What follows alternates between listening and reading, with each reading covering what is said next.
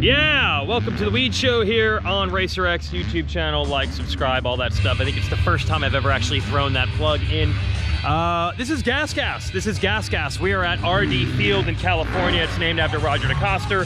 The KTM Group, that's the term we use. The KTM Group has built a facility here with a trials course for the GasGas riders, an enduro cross test and practice track for off-road riders, and over here, the Supercross track. And you're finally gonna get to see and hear Justin Barcia on a GasGas, on the GasGas, revving it, bam, bam, GasGas. We got so many great connections. It's gonna be really exciting with Supercross coming up. But I do wanna mention that the Weege Show is brought to you by the other red, which is Honda. And yes, last time I was here at this track, I had to say it very quietly because there was KTM brass everywhere. So I walked into a nondescript center of the track where no one can hear me say that this 2021 Honda CRF 450R, lighter, better handling, and more powerful than ever. You'll put your competition on notice every time you roll to the starting gate, and that's why life is better on a Honda, thanks to them for backing these videos. So we moved from those red motorcycles to these. This is a big day for GasGas. This is a team intro. I'm out here because they hired me to host it, along with the legendary magical Phil Smoggy, who I'll find him in a moment and we'll chat.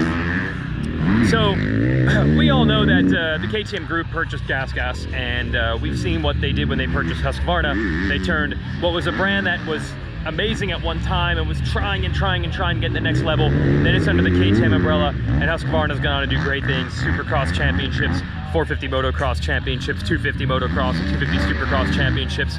And they've also kept their heritage in off-road, in GNCC, etc. as well. So I think we expected, well, they're gonna do the same thing with the GasGas, right? Here, I'll turn this way so you can see the riders behind me. And it is true. And yes, they're out here to win races because they've got Justin Barcia, who has literally won the Monster Energy Supercross season opener the last 2 years. So they are serious as far as the racing is concerned. That's Michael Bozeman. He'll be riding the 250 class. Pierce Brown is the third rider, the other 250 rider, but he's out with a knee injury, not riding today. Anyway, so I think it looked like, okay, they're just gonna have KTMs, they're red, they want to win races, just like they did with Husqvarna, different branding, same goal, right?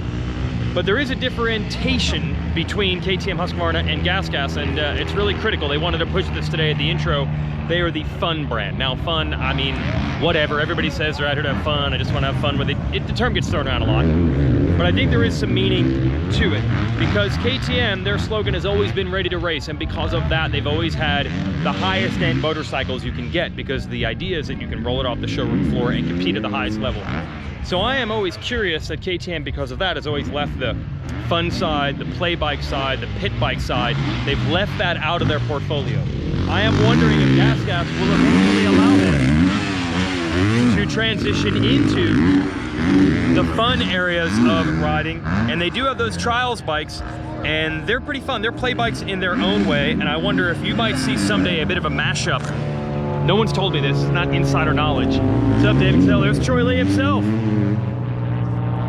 This is not insider knowledge, this is just a hunch and a theory that I have, that not branding themselves as always the best of the best always on the GasGas side, it's more of just having fun on two wheels, might open up different avenues that we've not seen the KTM Group be able to go to before. And by the way, the production bikes, they do cost a little less. They're still pricey, but they do cost less than the KTM and Husqvarna.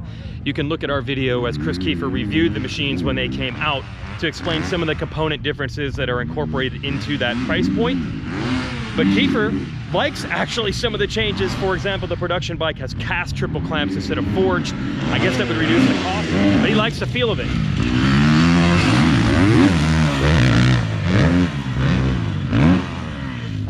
Now, also along with this fun branding,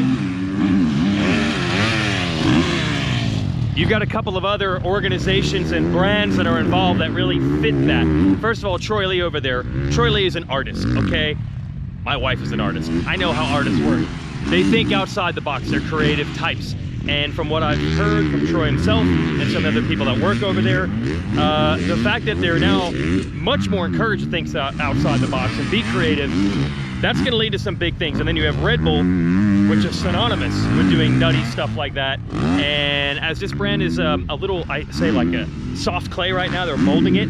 I think those two companies, Troy Lee and Red Bull, are really able to get their prints on it, and you know that they're going to be a little bit crazy. They're going to be more left-handed than right-handed, right? And there are some cool videos and some cool projects that will be rolling out very soon. You'll probably see it in a few days. That'll show you just how nutty and creative this Red Bull Troy Lee GasGas group can be. And then look, man, you got Justin Barsha. No one ever says the dude isn't having fun. Like, even when he's smashing people, he's smiling about it. So it's going to be exciting, and it's a really good fit. As far as the racing goes, everybody is very excited with this combination. Barsha has had some highs with the Yamaha. He's also had some times that he was frustrated with the Yamaha. I think a lot of people are thinking, oh man, if you get him on a pseudo KTM with this organization and what they can bring to the table. I've kind of got myself in trouble before because I said, well, yeah, to say that a guy's going to upgrade is an insult to the Yamaha organization. That's what I said when Cooper Webb switched. I'm like, for me to say that Cooper Webb going over to KTM is instantly going to make him better, I don't want to say that because that's an insult to Yamaha, but I got to say, Cooper Webb did get a lot better once he switched over to KTM, and I think there were many, many factors. You know, the back up against the wall had to prove himself factor, the Alden Baker factor. Barsha's not training with Baker, he's doing his own stuff. But either way, there is a bit of a stigma that goes along with, ooh, Barsha switching to GasGas, part of the KTM group. Could that be a step up? And there doesn't need to be much of a step up from the level Barsha was already on. I mean, he was third in points halfway through the year last year in Supercross.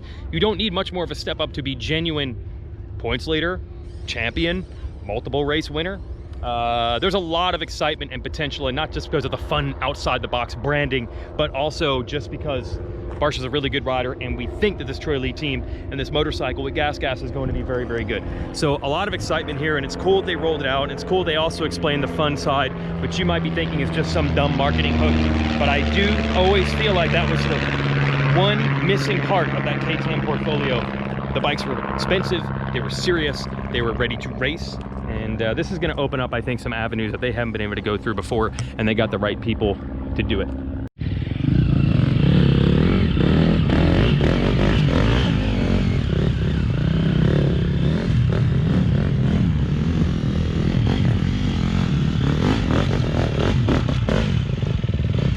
These poor unfortunate souls here were at the GasGas team intro. Coastal Racing has been a Husqvarna team in GNCC for a while. They're now switching to GasGas, but they don't have a GNCC test track out here in California. So KTM Group, they have this endurocross test track. They said, yeah, guys, have at it. So these are not endurocross guys. They have not ridden. This is Johnny Gerard and Ricky Russell. And neither of them really races endurocross, practices endurocross, and then without any practice, you just want to do this for fun? Oh, yeah. You just want to rip it? Absolutely. Oh my God. So we have like this media intro today, and they're like, yeah, so we're gonna have the GNCC guys in the endurocross course, which they've never practiced or never ridden in any way, shape, or form, and now they're gonna do it right in front of all the cameras and the media. So I think they were bummed because they know if they had a couple practice laps, they'd get better, and now hours after the event, they're riding the track just because they want to. It's more planes overhead. There's an airfield next to the field here. So GNCC guys are gonna play around in the endurocross track, not for practice, not for testing, for no other reason than they just think it's cool and it's fun and they just want to get it down. So in the actual media ride in front of everybody, Gerard didn't get these logs. He went down 2 times in a row. All right, let's see if we can clear it this time.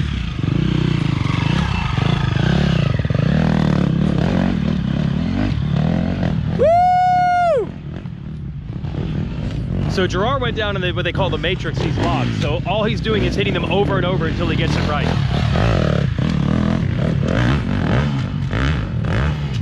I think he's got it right now. It's blitzing the logs. So that's just motorcycle riders. They have no need to do this. They just want to.